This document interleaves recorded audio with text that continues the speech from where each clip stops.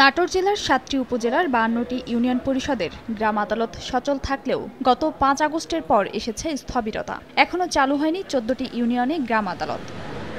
চলতি বছরের ফেব্রুয়ারি থেকে জুলাই মাস পর্যন্ত ৫২টি ইউনিয়ন পরিষদের গ্রাম আদালতে ৬৫০টি সরাসরি অভিযোগ দায়ের করা হয়, যার মধ্যে বিচারিক আদালত থেকে ৯৭টি মামলা নিষ্পত্তির জন্য পাঠানো হয়। আর আগস্ট থেকে নভেম্বর পর্যন্ত সরাসরি অভিযোগ দায়ের হয় ৩০২টি এবং বিচারিক আদালতে পাঠানো হয় ১১১টি মামলা। তবে ৫ আগস্টের পর গ্রাম আদালত বন্ধ থাকায় ইউনিয়ন পরিষদের দেয়া কোনো অভিযোগে নিষ্পত্তি হয়নি। এতে দুর্ভোগে স্থানীয়রা। সমস্যাগুলো সমাধান করা এখন আর হচ্ছে না, যেহেতু চেয়ারম্যান নাই, মেম্বার নাই। গ্রাম আদালত আবার পুনরায় চালু করা হোক। গ্রাম আদালতে মামলা দায়ের হচ্ছে না বলে চলে। উচ্চ আদালত থেকে 2টি মামলা পেয়েছি। যে মামলার বিষয়ে প্যানেল বা অন্য চেয়ার ও অন্য মেম্বার দ্বারা আমরা এটাকে প্রতিবেদন বা মীমাংসার চেষ্টা করতেছি। জেলার ৩৮টি ইউনিয়নে গ্রাম আদালত চলমান থাকলেও পরিবর্তিত পরিস্থিতির পাশাপাশি অনেক ইউনিয়ন চেয়ারম্যান পলাতক থাকায় গ্রাম আদালত সচল হয়নি। এজন্য প্যানেল চেয়ারম্যানদের দিয়ে গ্রাম আদালতের বিচার কাজ চলছে। প্যানেল চেয়ারম্যান ৩ নম্বর প্যানেল চেয়ারম্যান উনি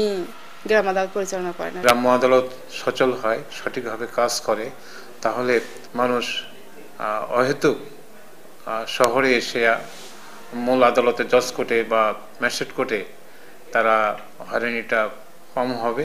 বন্ধ থাকা গ্রাম আদালতগুলো দ্রুত সচল ও সেখানে মানসম্মত বিচার ব্যবস্থা নিশ্চিত করতে প্রয়োজনীয় উদ্যোগ নেয়ার কথা জানালেন স্থানীয় সরকার বিভাগের কর্মকর্তা। গ্রাম আদালতে মামলার সংখ্যা, গুণগত মান, নিষ্পত্তির হার এটি আমরা বৃদ্ধি করতে চাই।